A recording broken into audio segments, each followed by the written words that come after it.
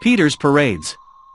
"Hey, Grandma, you need to sign here and here." The administration official turned to the wrinkled old lady, looking more like a museum piece than a resident of modern Petersburg, wrapped up like a mummy in an old shawl that had probably been pulled from the chest of a former Tsarevich back in revolutionary times by a sailor's hand. The official, who looks like a rat boy, at his 27, already bald and bashfully covering the parts of his skull without vegetation with greasy unwashed hair, evidently was more worried about the politically incorrect babka, and as if nobody had heard that it came from the lips of a municipal employee, than about the fact that the granny, who probably still cannot write, put a squiggly line on the document with her trembling hand. "The house will be resettled anyway, there are no more tenants." The last one to move out was a young couple who haggled for the best conditions for the resettlement from the dilapidated and emergency housing. Only this mad old woman was left. Every time he came to her, and generally going into this front door, the official 3 times cursed his superiors and all this bureaucracy. A couple of times he even unsuccessfully tried to open the door to the entrance, because he immediately, like a diligent employee, read the difference with the front door in Wikipedia, as soon as he moved from Moscow. It would have been easier to open the airlock of the bomb shelter with his bare hands. Entering through the front door and trying to walk longer to his grandmother's apartment, the official could never find the front door, although there was not a single nail visible outside. "Meow," said the cat, rubbing against the old woman's stocking. "Meow," she repeated, running between the official's legs without even touching him with her tail. "Meow." It sounded even lower, on the landing of the first uninhabited floor, where there were no doors. The very unpleasant place that the official always tried to cross as quickly as possible. Wiping sweat from his forehead, the clerk deliberately loudly closed the file with papers, once again glanced at the old woman's colorless eyes, and even without hiding contempt, for a split second keeping his eyes on the cataract in the left eye, hissed goodbye soon and pretending that the old woman did not interest him anymore, without touching the railing, began to go down. The grandmother, as if she had not heard the last words, took a few steps behind him, tears appearing in her eyes. "No," she whispered. "What?" The official stopped. The grandmother, as if bewitched, repeated in a flabby old woman's voice, "No, no, no, no, oh, oh, oh, oh."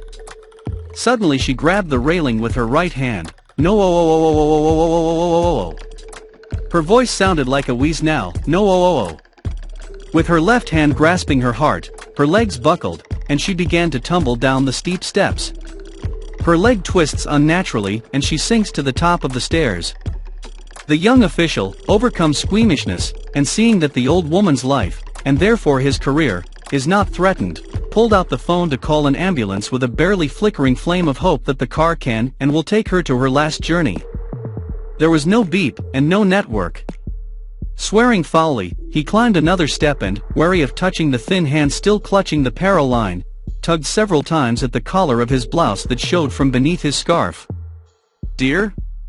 Are you all right? I'll be right down, call an ambulance." The grandmother did not move.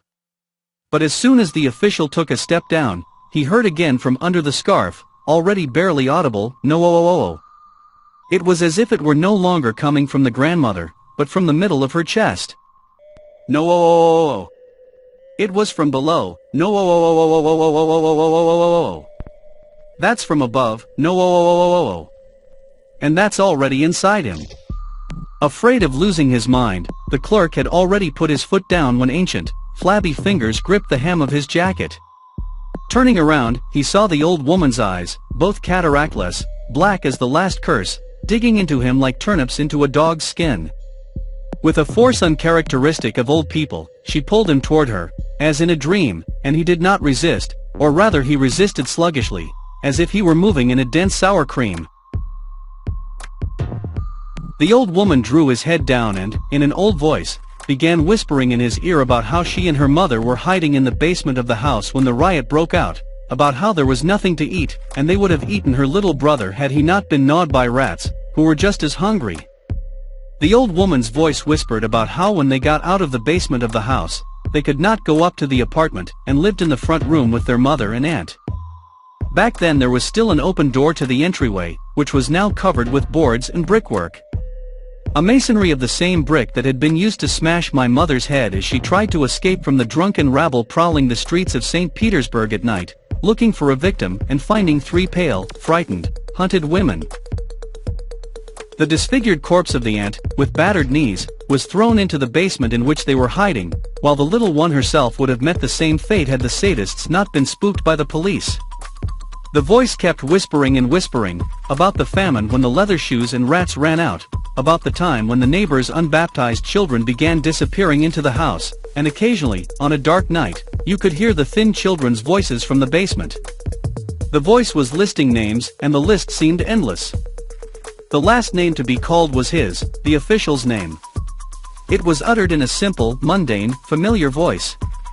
The house was used to hearing the names and arranging their former owners in the dark bottomless archives of its basement. Another life dissolved in the darkness of Peter's old front rooms.